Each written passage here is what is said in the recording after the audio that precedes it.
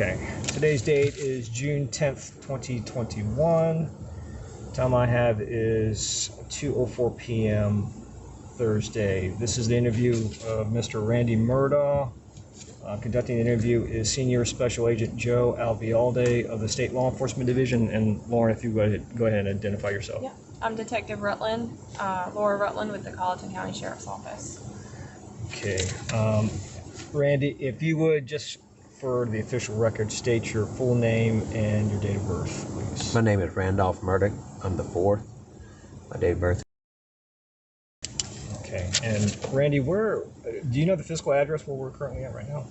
It's okay if you don't. I don't know the physical address. It's a place referred to by my brother John as Greenfield. Okay. Okay, and obviously we're here today to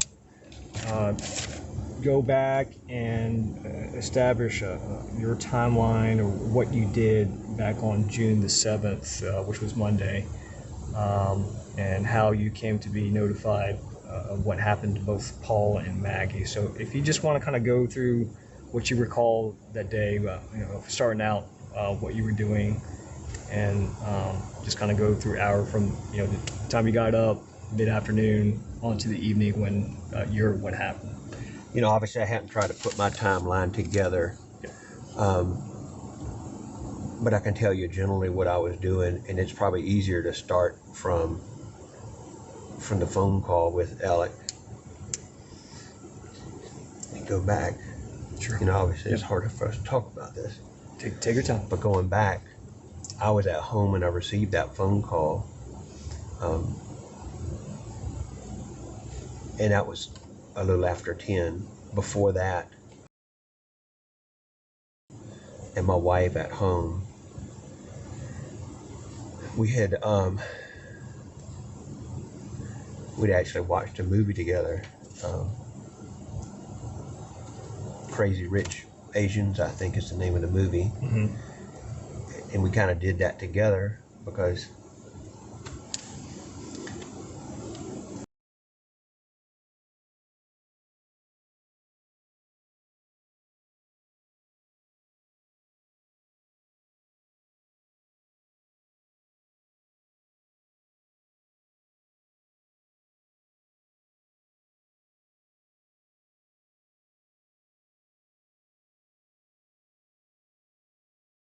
Mm-hmm. before that, I'm talking more generally because I don't know specifically, but I would have come in from work. I don't know exactly what time I left work, but I think it was after everybody had left. Alec was the only one that was, I think, still there, and I don't know exactly what time I came in, but I would have come directly from work. And we do have cameras and videos at my home, and we would be able to tell what time I arrived, which would be 3 or 4 minutes after I left work. We also have video at my office, Mm-hmm. which would show when I left. Now, I don't know how the video at the office works. I assume it records all the time besides just seeing it. Mm-hmm. At home I know it records, but that would let you know when I left the office, as well as whether Alec was there or not. Mm-hmm. Before that I was working. I honestly don't, I could try to piece it together going back if you want me to, but I would have been at work throughout the day. Do you Actually, you know what? So I do remember. Okay. I didn't get to work until late that day. It was probably after lunch, because it's kind of a long story, but my father has been having serious physical problems. Yeah. And he had been in the hospital. I took him to an appointment on Friday. I'm gonna try to make this part quick, but took him to a doctor's appointment on Friday. It was told he needed to be hospitalized. He wasn't well enough to have his radiation, and so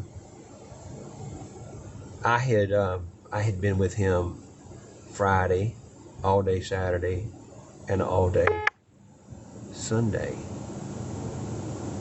when he was released from the hospital, I brought him home. So the next day, my brother John was going to take him to his appointments, which would be Monday.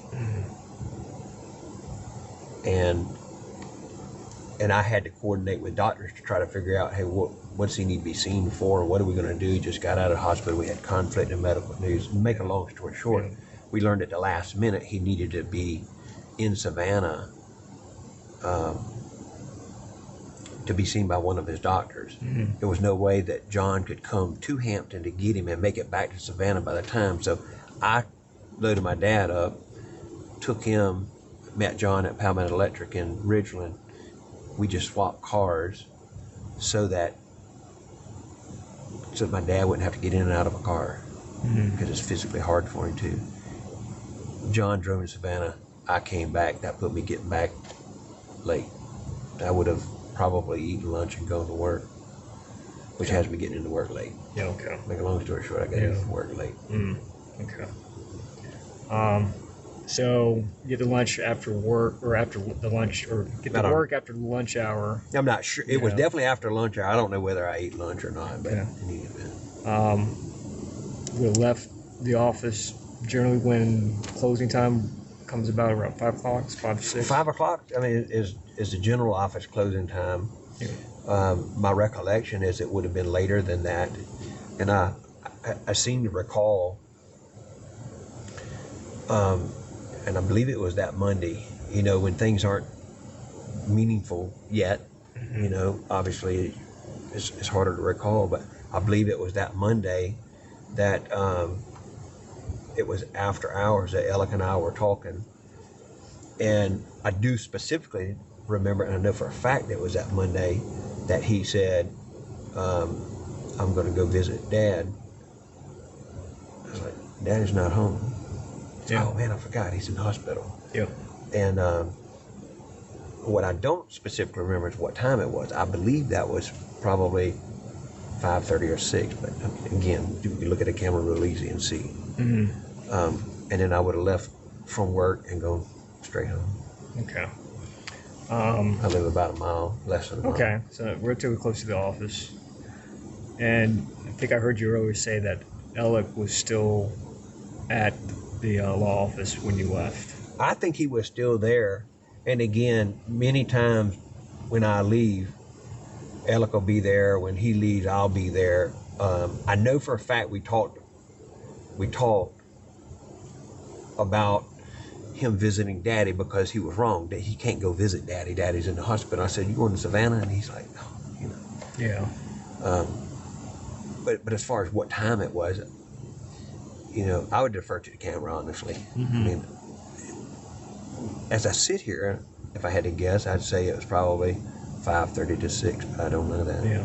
Definitely still, so it wasn't like dark, like. At that time, no, it was not late. Yeah.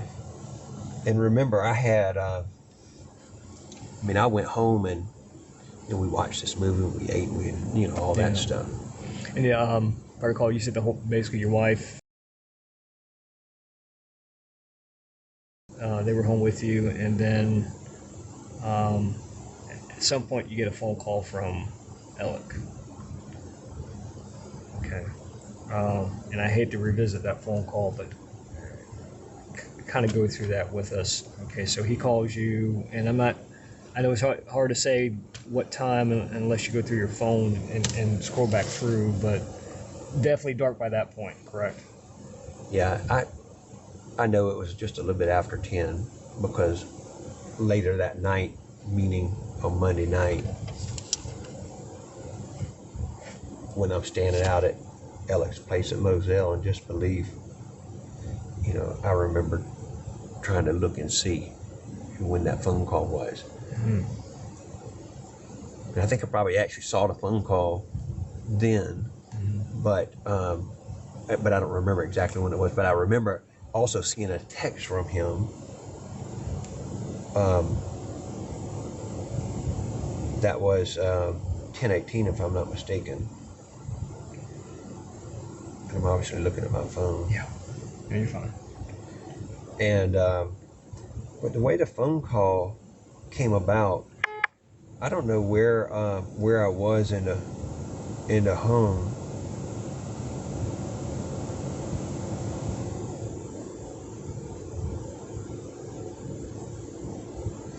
So at 10:18, I got a text from him, please call me emergency. Okay. And I was not aware I had ever gotten that text from him, okay, until sometime later that night. The way I was actually notified was by answering a phone call that Alec made to my wife's phone, okay? Gotcha. And I had not heard my phone ring. I don't know whether I was out of the house doing something with the dog or whatever. I don't really know, but I had not been aware that anybody had called me. And she says something to the extent, he's already called your phone twice here. And when she said that, I mean, I knew there was something wrong. Yeah. And so I answered her phone, and it was on her phone that I took that call. Gotcha. So I'm going to ask you to recall verbatim what Alex said, but to your best of your ability, how did that conversation kind of play out? And take all the time you need.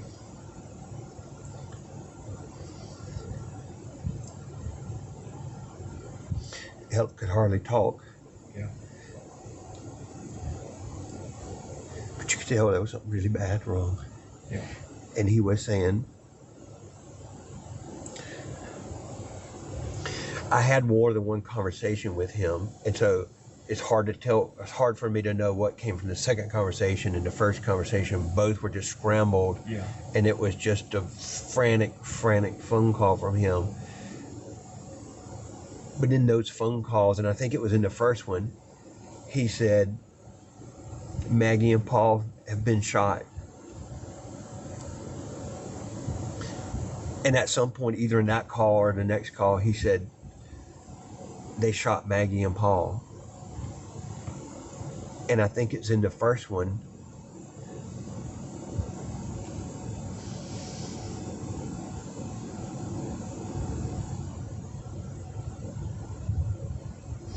I don't know. I don't know whether he said, Yeah. I don't know whether he said, I think they're dead. Or he said it's real bad. Or he might have said all of this. Mm-hmm. It was a very frantic, crying, upset, hard to understand, except I could tell that they had been shot and that they might be dead. Mm-hmm. And I remember trying to talk to him and say, Alec, are you okay? And I might have asked him, no, not I might have, I'm going to presume I asked him. No, I know for a fact I asked him because I know his answer. His answer is yes, I've called 911. So I asked him, have you called 911 Yeah. to know what I needed to do? And he had already called 911.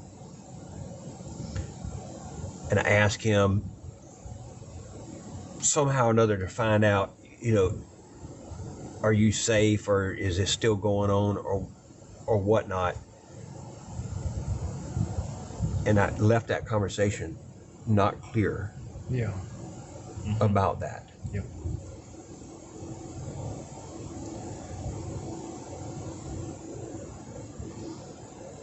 I don't know how we ended a conversation.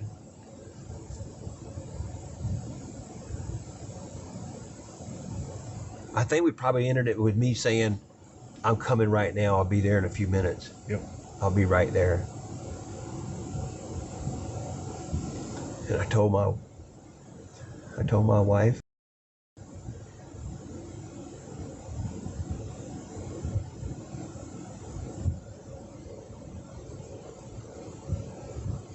And I just told him I didn't know how bad it was, but it was bad.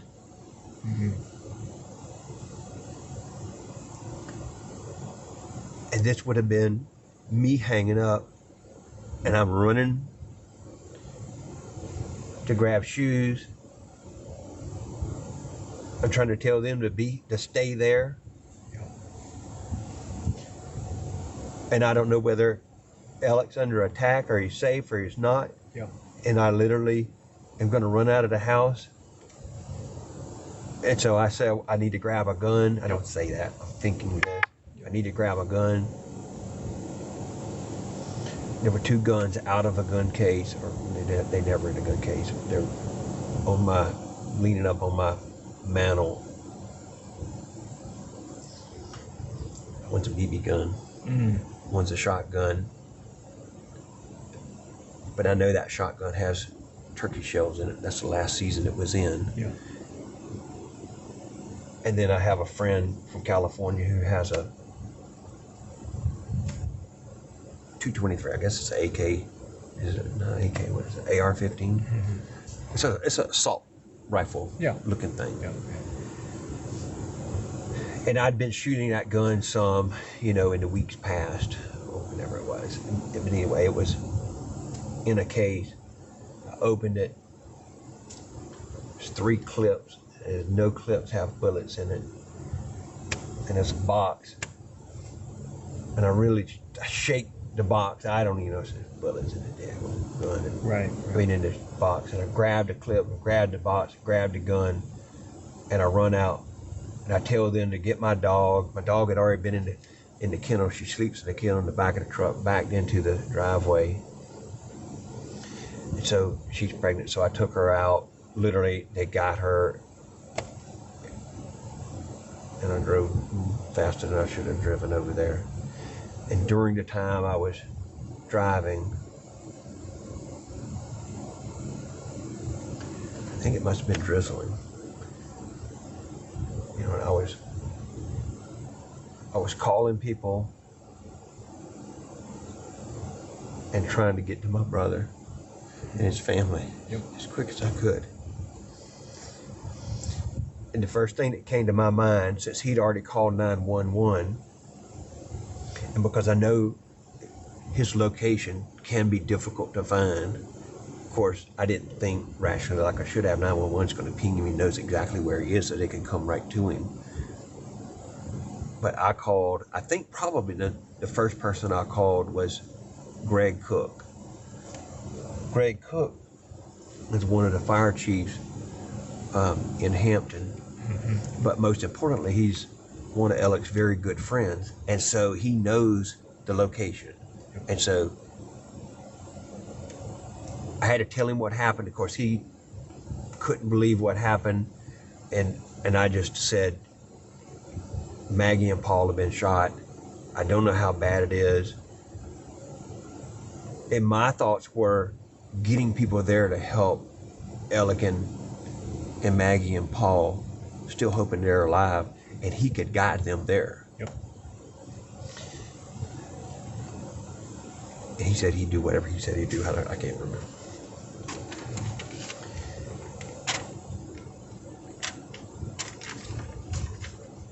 I may have gotten a phone call from John, or I may have gotten a phone call from Alec. I know at some point I tried to call Alec back, and I know Alec tried to call me back.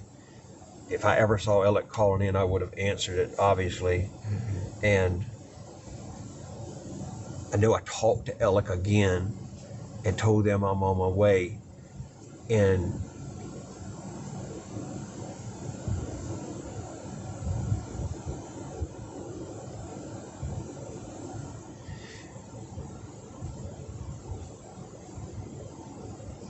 he was saying what he already believed, but it was like,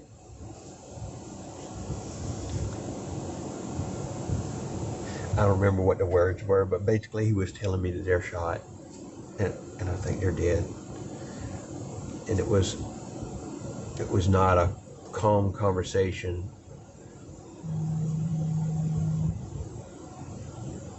It was a very frantic conversation, and it was, I think I recall it was a lot shorter conversation, not that the first one was all that long. Yeah.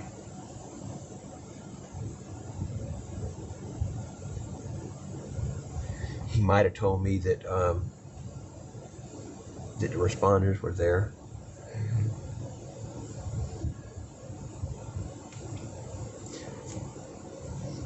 It's not a long drive. I don't know how long it is, 10 or 15 minutes to his house from mine, or maybe a little bit longer, whatever it is.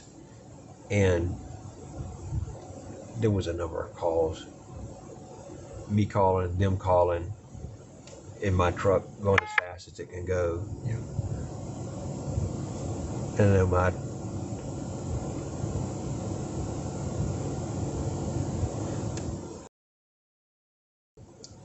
trying to protect me, apparently, somehow or another,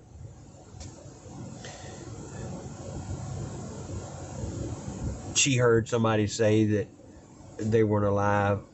I don't know how that is. Maybe if Christy called John and John told Christy. Christy's my wife. But somehow or another, she believed that they weren't alive, and she called me and said, "Don't go in the house. Don't go in the house." And sometime during this, or possibly shortly after I got there, I remember telling my wife, "Y'all don't go out there, or don't come out here, one or the other." And so there's just these phone calls. I get to Alex, and as I get closer, I see the first responder lights. I don't remember seeing them at the tractor shed and the kennel. Yeah. You can sort of see it a little ways if you've been there. You know, you could, if it was dark, you'd be able to see the lights over there past the little branch. I don't remember seeing those. It might have been because I was driving too fast. I was going to the house, because in my mind, I'm thinking, this is at the house. I don't know whether it's because Caroline said, or I just assumed it was at the house. Alec never said where it was, where they were shot. He just said, "I'm at Moselle." That's all he said. Moselle is just what he calls the area. He calls the place. So, literally there were some people in the road. I had to drive into the ditch to turn into his gate because several vehicles were there and someone had the road blocked, and I turned into the gate and sped as quickly as I could to his house. Ran up to his house. There was nobody there. There was no responders there, but they all out on the highway, And I ran in the house, hollering his name, and then when I turned to come to the yard and holler his name, I don't know whether I saw lights up at the kennel. You can't see the actual lights, but you can see the lights in the the sky. I don't know whether I saw lights like that. Or no, you know what? I saw other vehicles going there. I saw other vehicles go there. And some other vehicles may have come behind me and then left. I can't remember. I think maybe some responders did. But in any event, and I went down to the kennels, and I saw Alex Suburban sitting where it remained when SLED came and documented the scene. I pulled up slightly behind him and a little bit to the right, and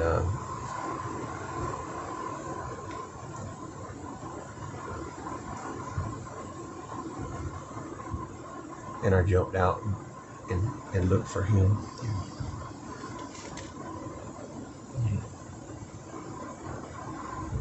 And I apologize, I wasn't at the scene, so were you able to talk with Alec at that point? Yep, yes. I was able to find him. Yeah. And there were responders already there. Yeah. Who else for the family was there at that point? Anyone else? I don't think anybody was there. Mm.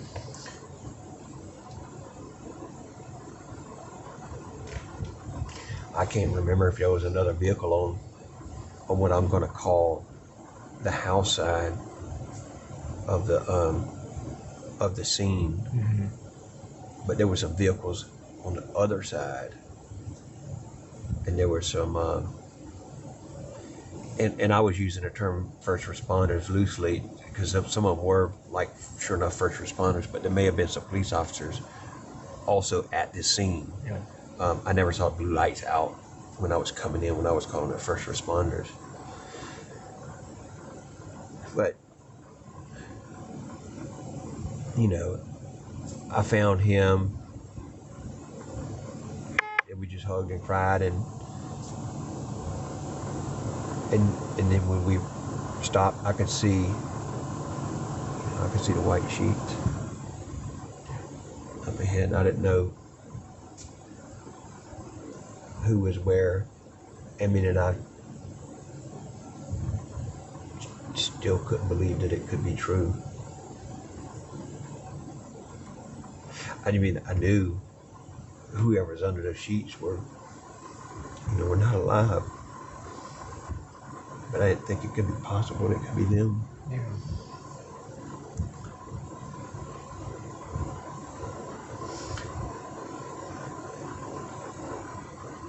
I remember when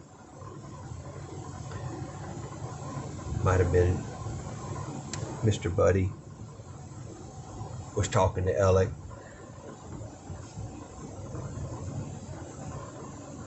One of the deputies was, and I think it was Mr. Buddy. He asked, "Who's the young girl? Who's the young lady?"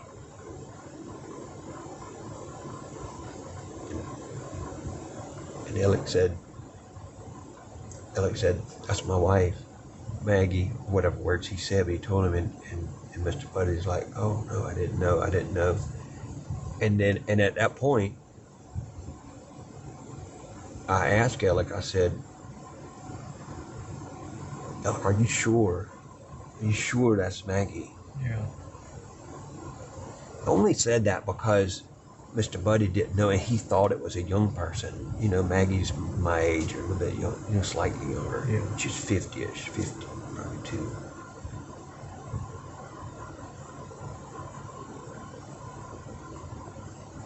I never wished this on somebody else. I didn't want it to be one of Paul's friends, but I didn't want it to be Maggie. And I said, "Are you sure it's Maggie?" Yeah. And of course, it was. And when I asked Alec that, he said, "Yes, it is." And then he sort of paused and he looked up there and he's like, "Yeah, it's the same clothes she had on."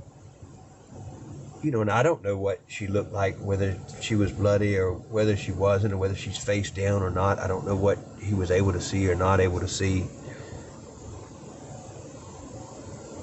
But it's like he knew it was her, but he paused, like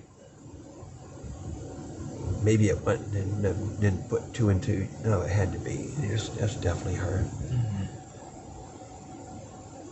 And I even said,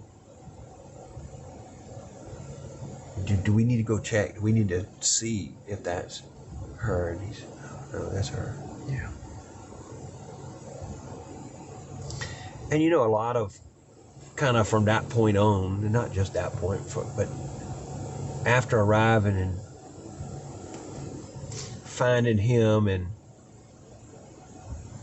we were there for many hours, however long. I don't know the answer. I don't know what time we left. It was late.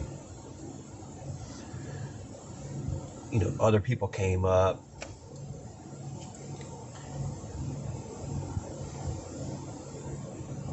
I'm sorry, there's a phone call coming in. It's probably hospice for my dad. I may pause it a little bit, and just if they leave a message, I'll check it. Okay. But other folks came up. I know some of my law partners, and this is over the course of hours. Other law partners came up.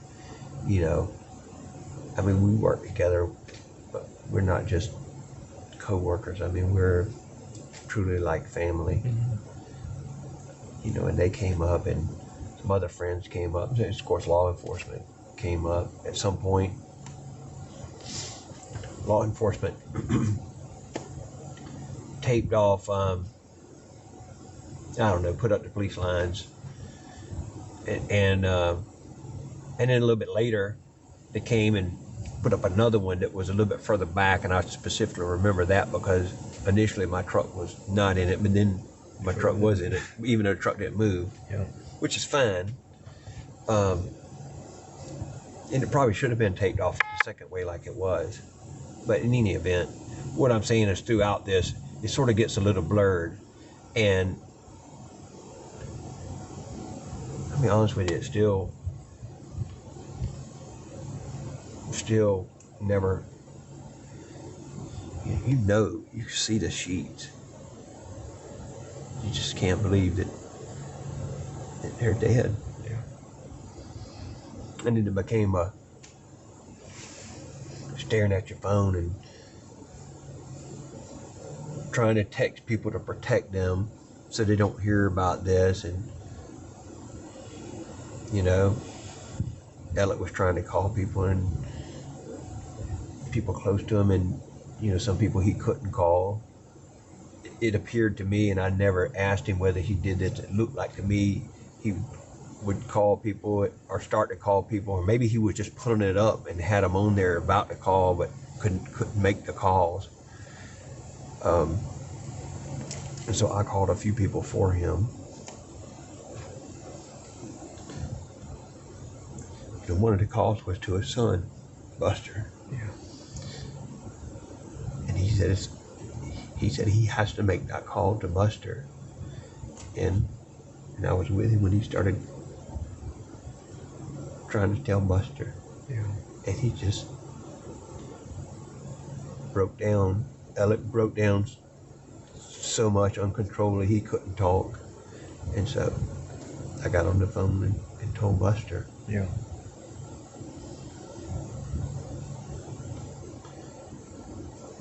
And throughout the night, Alec was like that, where some of the times he's just standing there almost like in disbelief. And other times he just totally out of control. I don't mean out of control like he just was emotionally out of control. Yeah. Yeah. And there were a few family members that we couldn't get. So I texted. I never said in my text what had happened. I think I used the phrase, "It's been a horrible tragedy. Please call me." Mm-hmm. I wanted people to understand the graveness of it, but at the same time, don't put it in a text. Right. Yeah. And Maggie's mother and father obviously needed to know, but they're not in the best shape. Yeah. They're older. And so Alec thought it best to call Maggie's brother-in-law, Bart, to tell Maggie's sister, and then for Bart to go in person and tell Maggie's mom and dad. And so when wanting to call Bart, I remember him specifically pulling Bart up several times. I don't know whether he ever hit, but I doubt if he hit because Bart would have called him back. But in any event, he finally asked me would I call Bart. Yeah. And I did. I called Bart. I left some message. I don't know what the message was, but basically something conveying it was really bad in the call and it's serious and it's urgent. And he didn't call back. And I called, if I'm not mistaken, I called him from, I don't know, I'm confused about this part. I think I called Bart from Alec's phone. I didn't have Bart's contact. And throughout the night, Alec, so I'd ask him to send me some contacts for people I needed to call or for people that I needed to monitor. But I think I probably called Bart from Alec's phone and didn't get him. And I know I texted Bart. And I don't know whose phone I texted. I can look and see. I got Bart's number in here now. So I texted Bart from one of the two phones and basically tried to convey a message that is really serious, call me. Yeah. And told him it was me. I was probably texting from Alex.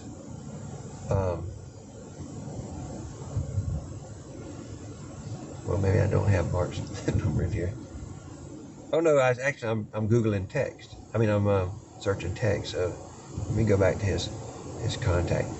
But I conveyed by text to Bart that he needed to call me, and he called my phone. And when I told him the news,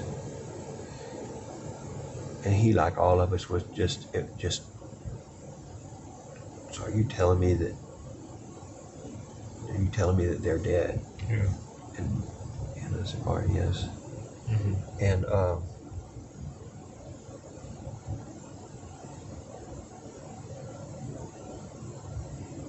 must have texted him from Alex, because Yeah, I just that's put up probably- like I'm going to text him, and there's nothing there, Yeah. so I assumed that I texted him from Alex's phone.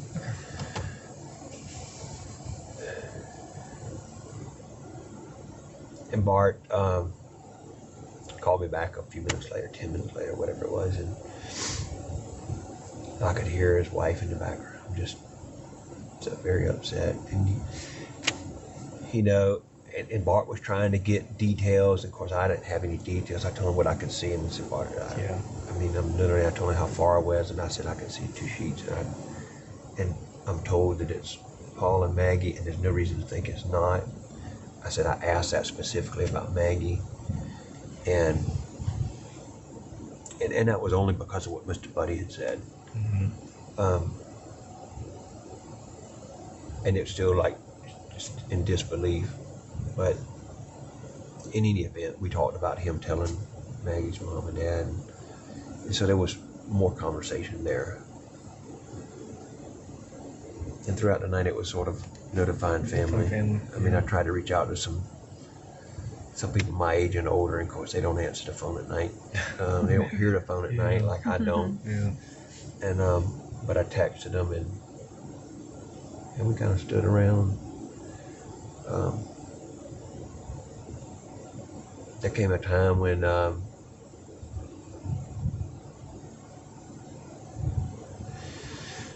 so Alex sent me Buster's girlfriend's contact, and when I talked to Buster, we had specifically said, make sure you don't drive, you have somebody drive you.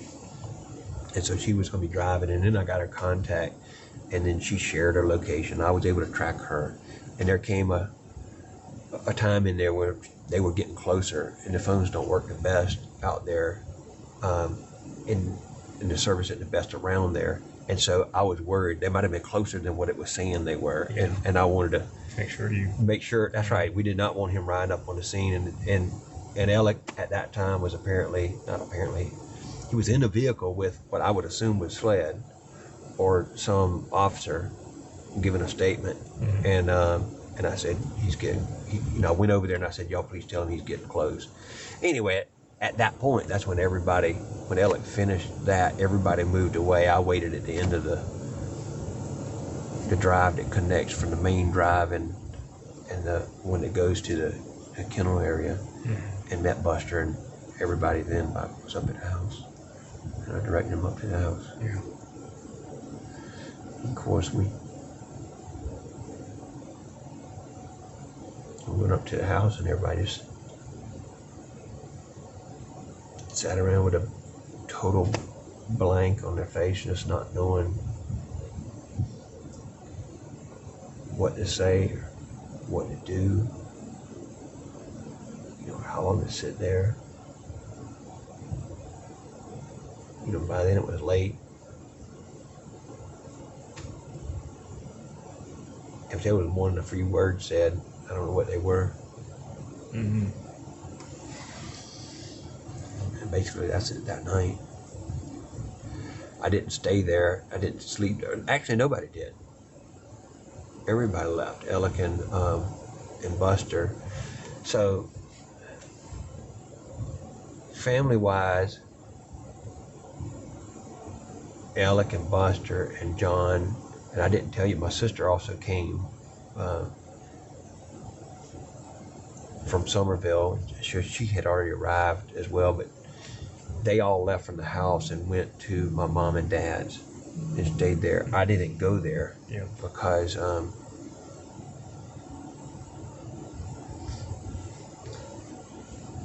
had to go tell my daddy the next day. And he was in the hospital by himself. And so I went home and I sat with for however long, 30 minutes or 45 minutes or something.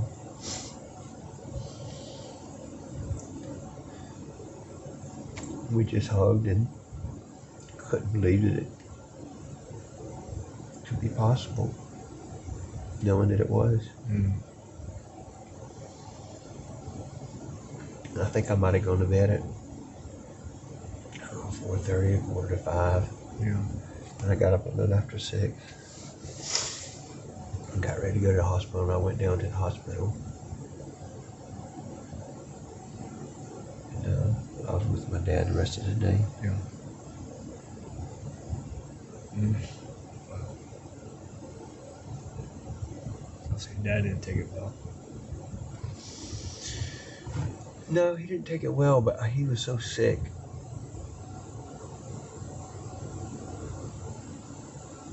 He was so sick that he I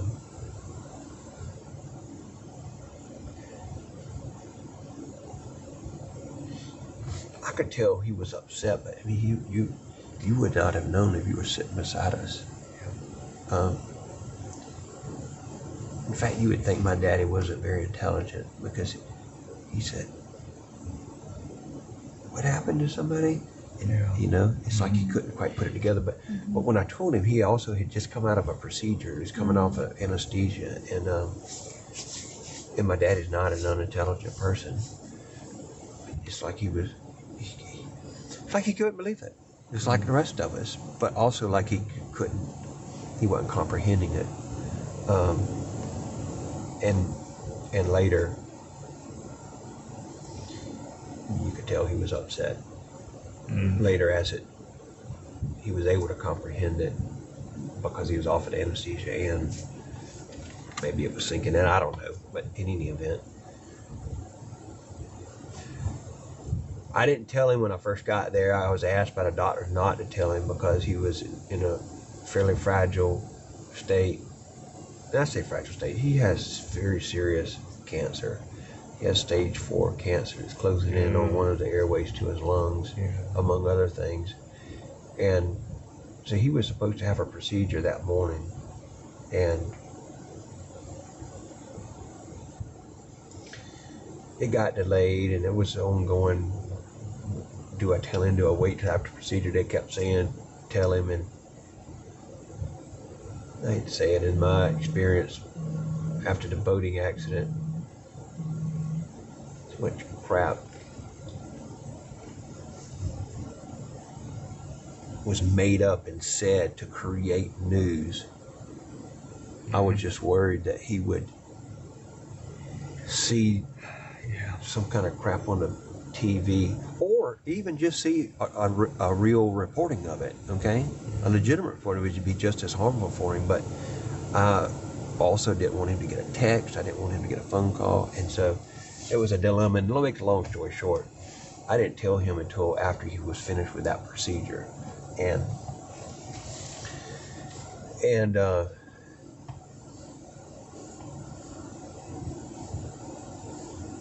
unfortunately, that procedure confirmed that treatment wasn't going to help him. Sorry to hear that.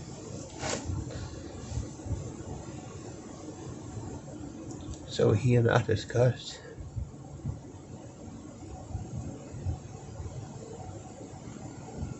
whether he comes home to die. Yeah. And we decided that he would. And we came home that night on hospice, or knowing we would start hospice.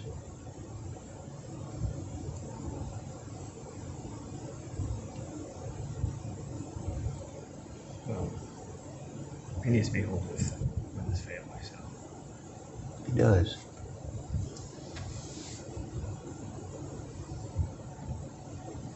It's not a good time. It's a lot. It's not bad for a family to handle.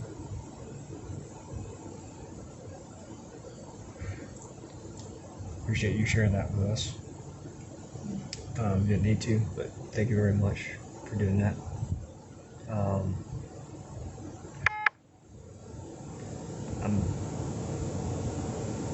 treading lightly. I don't want to ask too many questions or get too far in the weeds with things, but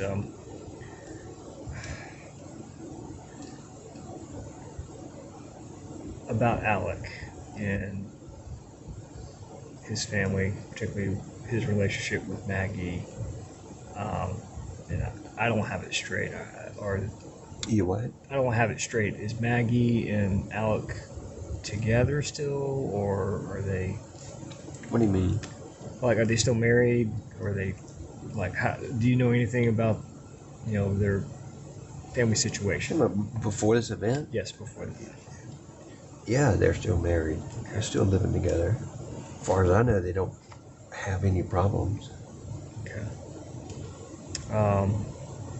No marital issues or anything. I'm sorry, I prying questions, but we got to ask them nonetheless. None that I'm aware of at all, and yeah. I would know. Yeah, absolutely, you would know, because I mean, yes, we've only met. It's the first time we've met, and it's obvious that you and Alec are very close. We are close.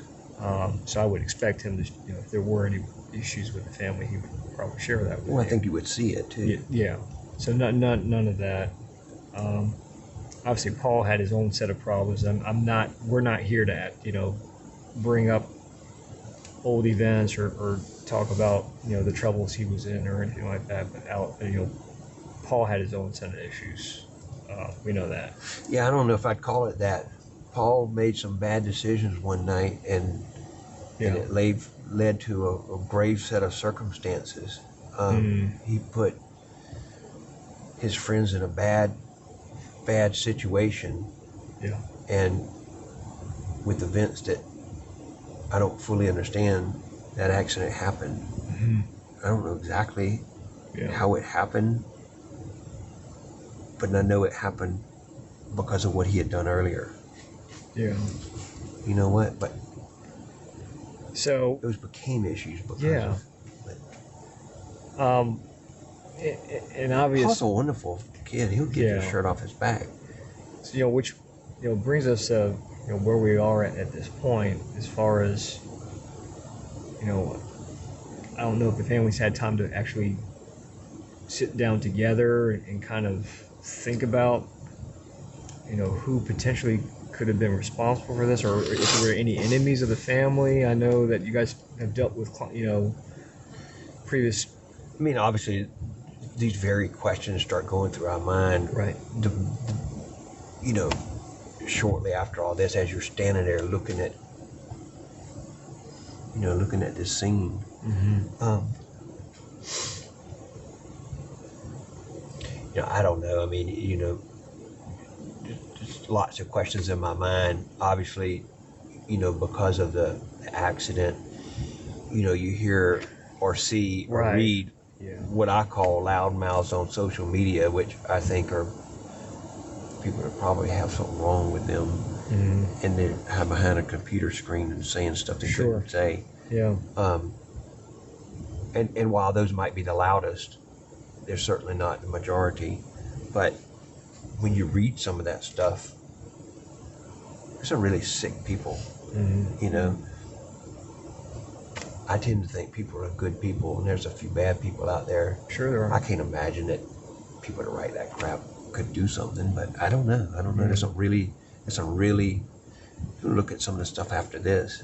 There's some really sick people, But as far as who would I say, I don't know. I don't know. I mean, all the people in that boat were friends. I mean, these weren't strangers. This wasn't somebody swerving across the center line and strangers involved or something like that. These are all friends. I don't know how they feel because all you hear is their lawyer talking and not them. Mm-hmm. But do I think that Philip or Renee could just, no way. Yeah. That's the beach. Mm-hmm. Parents, no, I don't think there's any possible way. The two of them. Is there some weird person out there, sick person that gets pumped up by all this crap that's said that Mike could do it? I don't know, Yeah. I mean, there's bad people. I don't know who they would be. Mhm. I don't think the other people in the boat personally would. Honestly, that doesn't cross my mind. Yeah. So I don't really know. And Al had mentioned anything, as a recent phone incident about having the family having issues with anybody out there, whether it was.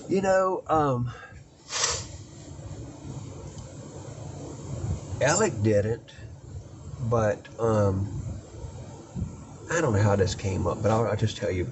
So, Sure. there's a gentleman that I've not met. I now know his name is C.B. Rowe, and I'm gonna tell you the short version, and then you can ask if you need more details. Sure. There was Paul told me a little while back, that Alec told me that somebody that was helping him, that I later now know as C.B. Rowe, Mm-hmm. sprayed his sunflowers with Roundup, which means it's going to kill them.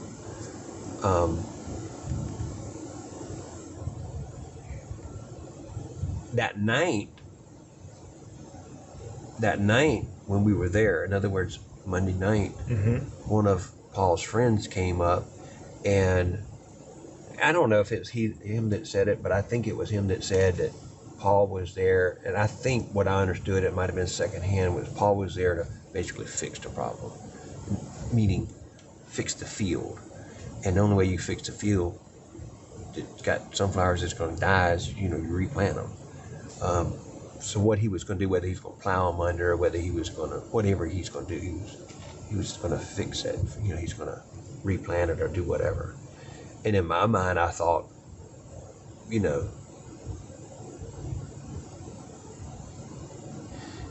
Alec had told me a few weeks ago, he told me about somebody that was working for him, which again, now I know is C.B. Rowe. And there was some bizarre thing that C.B. Rowe had told someone who told Alec. I don't know exactly the details because it wasn't important to me, except it was just amusing and yet sick, that he was, I don't know, he had something had happened to him when he was young, and he had done something, and because of something he had done, that some agency thought he was special. I don't know whether it's the FBI or something like that, and that they hired him as an assassin to work with a team of Navy SEALs assassinating black people, black radicals or something like that. Yeah. And the point of Alec telling me that, and he was detailed about it, and the details didn't matter to me, except what I'm hearing is, what in the world? Right. And Alec's like, how can you employ somebody that tells you that? And I said, well, he's obviously lying. Yeah. Right. I mean, that agency, whatever it was, doesn't assassinate. And not only that, this dude couldn't be in any agency. Yeah. And so Alec was, can you keep somebody on that's a liar and it's, goof stuff up? So going back to that night when I heard that Paul was out there to fix the field, I thought about him. And it's not because I know anything about him. He might be a perfectly nice fella. Yeah. Alec thinks he is. Alec thinks Alec says he's weird, but I don't think this guy could do that. Right. Yeah. But I thought it. I thought not that he did it, but I thought, okay, here's a potential for a run-in. Oh yeah, and that guy had, because I asked Alec about when did he leave work. He said he wasn't at work today. He called in sick or something like that. I think I asked Alec why, and I think Alec said he thought that CB was taking somebody to a doctor's appointment or something. Mm-hmm. So I'm not on record saying I think CB Rowe did it. Okay, Right. I want to be clear. Yeah. Absolutely. You're asking how my mind thinks and who am I thinking about. So I'm thinking about, I don't know how it happened when I'm standing out there looking at this on Monday night, and potential ways it happens, somebody comes there to kill people or kill someone. Other ways it happens is there's some run-in, Right. And so thinking, who would want to kill him? Of course, I don't know. But you think boating accident and associated stuff, and then how could you have a run-in? Well, here's a potential for a run-in. Yeah. But, you know, beyond that, I don't know. You know, and if you read the media, you would think that our family has a bunch of enemies. You know, our family has done well, but it's because of the respect that you earn. It's not because of some weapon you wield, or you got a sword or a sword of justice. You know what? Right. You do a good job and you treat people with respect. And it's these people that hide behind the computer screen that, you know, it's the minority voice. So I don't know. I don't know of enemies, but I do know that Paul would get threats all the time. Yeah. Lots of them. It's what I'm told secondhand. And I remember, you know, however long ago, 8 months, a year and a half, whatever. I don't even know how long it's been since the boating accident. You know, asking Paul about it, and he said, yeah. But it was pretty early on within the 6 months of the boating accident. Mm-hmm. I've heard Alex say that he continues to get them. Mm. But what does that mean when, you know, what does that mean when somebody says, you know, whatever they say, I don't even know what, I don't know the context of any of them, but threatens, you know? Yeah. I don't know. I learned after the facts, I learned yesterday, I don't know how I learned it, but apparently in the last few months, one of the caregivers for my mom told Alec she had heard, or somebody had told her somehow or another, that somebody's going to shoot up his house, and she was upset about it. I don't know how she learned or what she learned or why she believed that, but and I didn't know that until I heard it yesterday. When was today? Thursday? Today's Wednesday. I was gone all day Tuesday, so Wednesday. But I'll tell you, so apparently she's been interviewed by SLED. Okay. All right, so when I learned of it, she'd already been interviewed by SLED. Yeah. And I was like, well, when am I interviewing her? She wasn't the caregiver. I assumed it was because it was the caregiver that was at home when Ellett went and visited my mom before he went back out and ultimately found Maggie and Paul. But it was the wrong one. So I was like, why are they interviewing her? And then that's when I learned that she had told Ellett that. And she wasn't telling it like, I'm going to do it. She was saying like she heard it.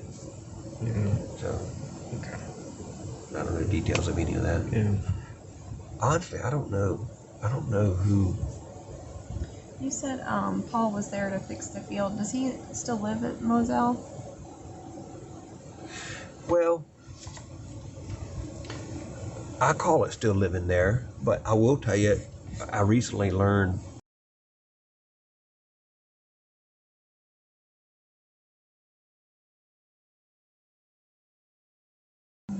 and somehow I learned in the last week or so, John said Paul's staying at the house, or Paul will be there too, and I assumed he was going to be going offshore fishing or something. You know, he'd be closer to leave it, but no, he was working for John. Now I don't know how long he's been working for John. So, but I mean, his home is Moselle. Okay. Yeah, but he was apparently working for John or had some work to do for John. So I know at least on that one occasion, and I think probably more. In fact, when we did the little car switch, John and I get my dad to Savannah. If I'm not mistaken, I think since remember the way it would have worked out, John would have taken the car that I switched with him. I drove John's truck back to Hampton. John would have taken Dad on to his appointments, and when he brings Dad back to the house, John gets his truck. And this may be how I learned that Paul was doing some work for John, even though I knew he was staying at John's house a week or so before. Since Daddy got admitted to the hospital, John doesn't need to come to Hampton. And since Paul was working for John, Paul drove my mom's car back to my dad's house, got John's truck, and somehow or another they did. You know, maybe he drove it back the next day or whatever. But so that was let's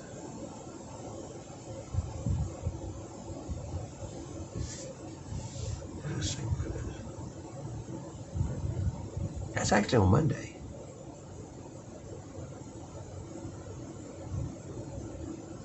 So Monday's when my dad went to the hospital. So Monday's when, if in fact that's the way it worked out, Paul would have driven my mom's car back to my mom's house and gotten John's truck. I don't know if they did that or not. I don't know. Hey, what kind of truck does John have? White Ford, Okay.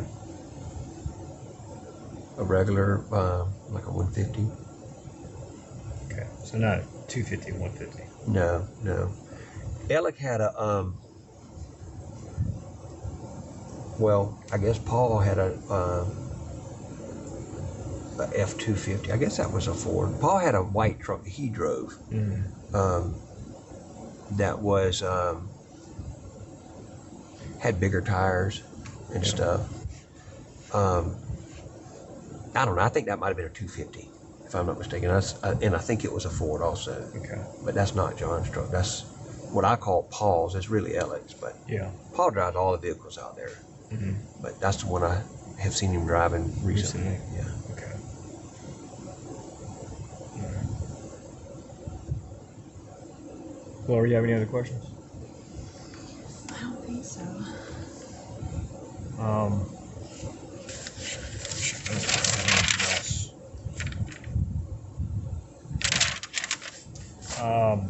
Randy, you have any questions for us before we kind of wrap up this segment?